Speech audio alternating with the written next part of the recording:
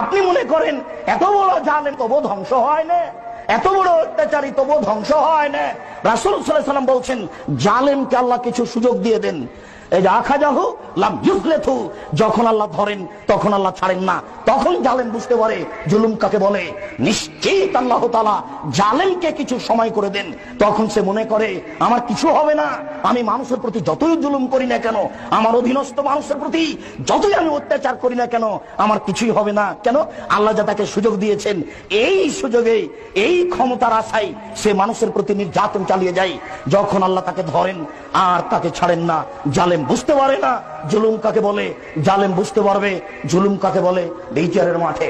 আবু হুরায়রা রাদিয়াল্লাহু তাআলা আনহু বলেন, রাসূল সাল্লাল্লাহু আলাইহি সাল্লাম বলেছেন, মান কানাত মাজলামাতুন ইনদাহু লিআফিহি মিন ইরজিহি আও মিন শাইইন, দুনিয়াতে যদি কারো কোনো ব্যাপারে অত্যাচার থেকে যায়, ধমকিয়েছে সেটা অত্যাচার, গালি দিয়েছে সেটা অত্যাচার, মানহানি করেছে, সম্মান ধ্বংস করেছে সেটা অত্যাচার, মেরেছে সেটাও অত্যাচার, জমি জায়গা লুটে নিয়েছে সেটা অত্যাচার, মিন ইরজিহি, মান সম্মানের হানি করেছে সেটাও অত্যাচার, কোন জিনিস নিয়ে নিয়েছে সেটা অত্যাচার।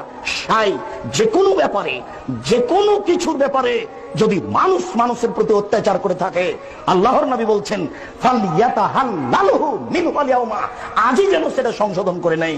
এই ছেলে, সেই জন্য আমি তোমাকে বলেছি, দেখো এই বোকামি কাজ করতে গিয়ে, নির্বাচন করতে গিয়ে, আরো কিছু করতে গিয়ে, ধর্মের কাজ করতে গিয়ে কাউকে ধমক দিয়েছো, মুরব্বীকে বলেছো চুপ থাকেন, আপনি কি বুঝেন? এটাও তোমার হয়েছে অত্যাচার, এটাও হয়েছে তোমার নির্যাতন, আজকেই তার কাছে ক্ষমা নিতে হবে। রাসূল সাল্লাল্লাহু আলাইহি ওয়াসাল্লাম বলছেন ফালইয়াতাহাল্লালহু মিনহু আল-ইয়াওমা, আজকেই সমাধান নিতে হবে।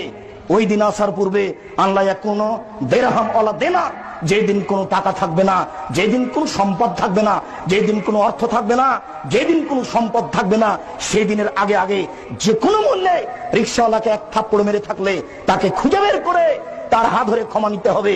কারো মান সম্মানের হানি করে থাকলে, কাউকে অপদস্থ অপমান করে থাকলে হাতে হাতে এখনই তার হাত ধরে ক্ষমা নিয়ে সেটা পূরণ করে নিতে হবে। কেন? ইন কানা লাহু আমালুন ফাউখিযা বিমাজলিমাতিহি, তার যদি ইন কানা লাহু আমালুন সলে, ভালো আমল যদি কিছু থেকে থাকে, অত্যাচারিত ব্যক্তির, অত্যাচারী ব্যক্তির, জালেম ব্যক্তির যদি কোনো ভালো কাজ করে থাকে, ভালো কাজ থাকে, অত্যাচারী ব্যক্তি দান করেছে তার একটা নেকি আছে, অত্যাচারী জালেম ব্যক্তি হজ করেছে তার একটা নেকি আছে, অত্যাচারী মানুষের সাথে কোনো কারোর সাথে ভালো আচরণ করেছে তার একটা নেকি আছে। বিচারের মাঠে তার এই নেকি তার অত্যাচার অনুযায়ী নিয়ে নেওয়া হবে, তার এই নেকি তার জুলুম অনুপাতে নিয়ে নেওয়া হবে। যেই পরিমাণ জুলুম সেই পরিমাণ তার নেকি নিয়ে নেওয়া হবে। ফাইলাম তাকুন লাহু হাসানা, তার যদি নেকি না থাকে, তার যদি ভালো আমল না থাকে, এই জালেমের যদি নেকি না থাকে, এই অত্যাচারীর যদি নেকি না থাকে, তাহলে রাসূল সাল্লাল্লাহু আলাইহি ওয়াসাল্লাম বলেন ওখে যা মিন সামিন হাসানাতে সাহেবেহি, তাহলে যার প্রতি অত্যাচার করেছে তাকে তার নেকি, তার পাপ নিয়ে নেওয়া হবে। তাহলে মিন সাইয়াতে সাহেবেহি, যার প্রতি অত্যাচার করেছে তার পাপ নিয়ে এর উপরে চাপিয়ে দেওয়া হবে।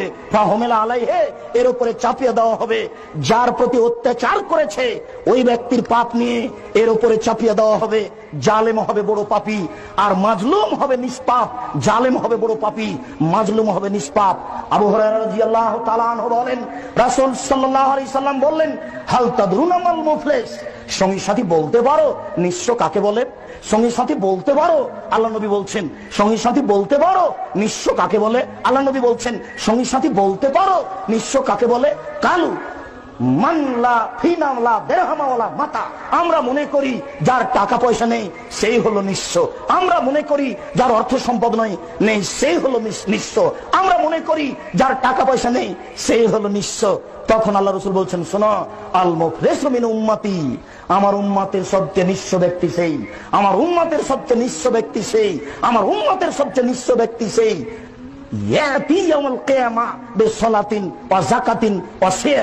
বিচারের মাঠে আসবে আমার সেই উম্মত, সালাত নিয়ে, যাকাত নিয়ে, দান নিয়ে সেই ব্যক্তি উপস্থিত হবে বিচারের মাঠে। সালাত নিয়ে, যাকাত নিয়ে, দান নিয়ে উপস্থিত হওয়ার সাথে সাথে আরো কেউ উপস্থিত হবে, কাদ সাতামা হাজা ও আকালা মালা হাজা অসাফাকা দামা হাজা অজারাবা হাজা, অনেক নেকি সলাতের, অনেক নেকি দানের, অনেক নেকি জাকাতের, ইতিমধ্যে একজন এসে বলবে এ আমার সম্পদ কেড়ে নিয়েছে, আরেকজন এসে বলবে এ আমার মান সম্মানের হানি করেছে, আরেকজন এসে বলবে এ আমাকে অন্যায় ভাবে মেরেছে, আরেকজন এসে বলবে এ আমার রক্ত প্রবাহিত করেছে। তখন বিচার হবে কিভাবে? ও তো বিচারের মাঠে টাকা নাই যে পরিশোধ করা হবে, ও তো বিচারের মাঠে হাত ধরে ক্ষমা হবে না, হাত ধরে ক্ষমা নেওয়া যাবে না, হাত ধরে ক্ষমা নেওয়ার কোনো পথ নেই, টাকাও দেওয়ার কোনো পথ নেই। রাসূল সাল্লাল্লাহু আলাইহি সাল্লাম বললেন ফাইউতা হাজামিন হাসানাতিহি ওয়া হাজামিন হাসানাতিহি, তার নেকি থেকে একে দেওয়া হবে, একে দেওয়া হবে, একে দেওয়া হবে।